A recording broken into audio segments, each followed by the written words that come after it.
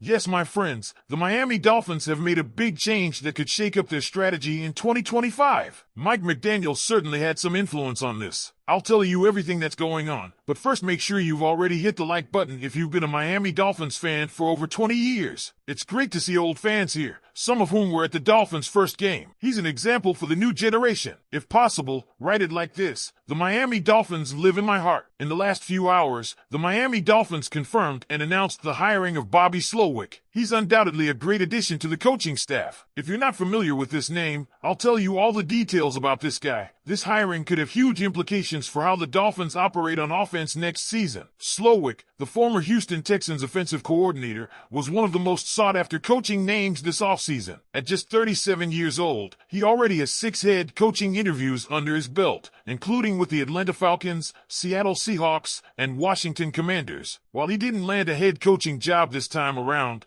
Miami wasted no time in bringing him on to be their new senior passing game coordinator. Now, before we dive into what this means for the Dolphins, let's talk about Slowik's connection to Miami. This isn't a random hire. He has deep ties to head coach Mike McDaniel. The two were on the San Francisco 49ers coaching staff from 2017 to 2021 under Kyle Shanahan, where they worked together on one of the most creative offenses in football. Even more interesting, Slowik's brother, Ryan Slowik, has been with the Dolphins since 2022 as a linebackers coach and defensive assistant. So now, the Dolphins have both Slowik brothers working on opposite sides of the ball. But the real question is, what does this mean for the Dolphins offense? Miami already has a unique coaching structure, with McDaniel calling plays, Frank Smith as the offensive coordinator, and Darrell Bevell as the quarterback's coach and passing game coordinator. Adding Slowik into the mix gives Miami another experienced mind in the room, someone who's already proven he can develop young quarterbacks. Just look at what he did with C.J. Stroud in Houston. Under Slowik's guidance, Stroud had a phenomenal rookie season, even winning Offensive Rookie of the Year in 2023. Dolphins fans have been debating whether McDaniel should continue calling plays or focus more on his role as head coach. Many believe he's stretched too thin, and Miami's offense has suffered for it, especially in the second half of seasons. This hire could be a step toward McDaniel handing over play-calling duties, whether that's to Slowik, Frank Smith, or Darrell Bevell remains to be seen. In Houston, Slowik's offense thrived in 2023, with a dynamic passing attack led by Stroud and Nico Collins. But in 2024, things took a step back. Injuries to key players like Stephon Diggs and Tank Dell, a struggling offensive line, and a sophomore slump from Stroud all played a role. Still, Slowik's offensive mind is highly respected around the league, and there's no doubt he can bring fresh ideas to Miami. This hire could also have an impact on free agency. Some former Houston players might see Miami as an attractive landing spot because of Slowik's presence. Names like Robert Woods, Kendrick Green, and even Stephon Diggs, if he's healthy, could be on Miami's radar. While Diggs might be too expensive, adding a veteran like Woods for depth or targeting an offensive lineman like Green for interior depth would make a lot of sense. At the end of the day, this move signals that Miami is serious about maximizing its offense in 2025. Whether that means a shift in play-calling responsibilities or simply adding another brilliant mind to the coaching staff, this is a big deal. But now, I want to hear from you. What do you think about the addition of Bobby Slowik? Should McDaniel give up play calling? And if so, who should take over? Drop your thoughts in the comments below. Now, let's dive deeper into what this means for the Miami Dolphins moving forward, because there are still a lot of unanswered questions. First and foremost, does this signal that Mike McDaniel is seriously considering stepping back from play calling? And if he does, who takes over? Right now, the Dolphins have 3 legitimate candidates: Frank Smith, Darrell Bevell, and now Bobby Slowik. Frank Smith has been the Dolphins' offensive coordinator for the past 3 seasons, working closely with McDaniel to develop the offensive game plan. Meanwhile, Darrell Bevell has decades of experience as an offensive coordinator and has worked with some of the best quarterbacks in the league,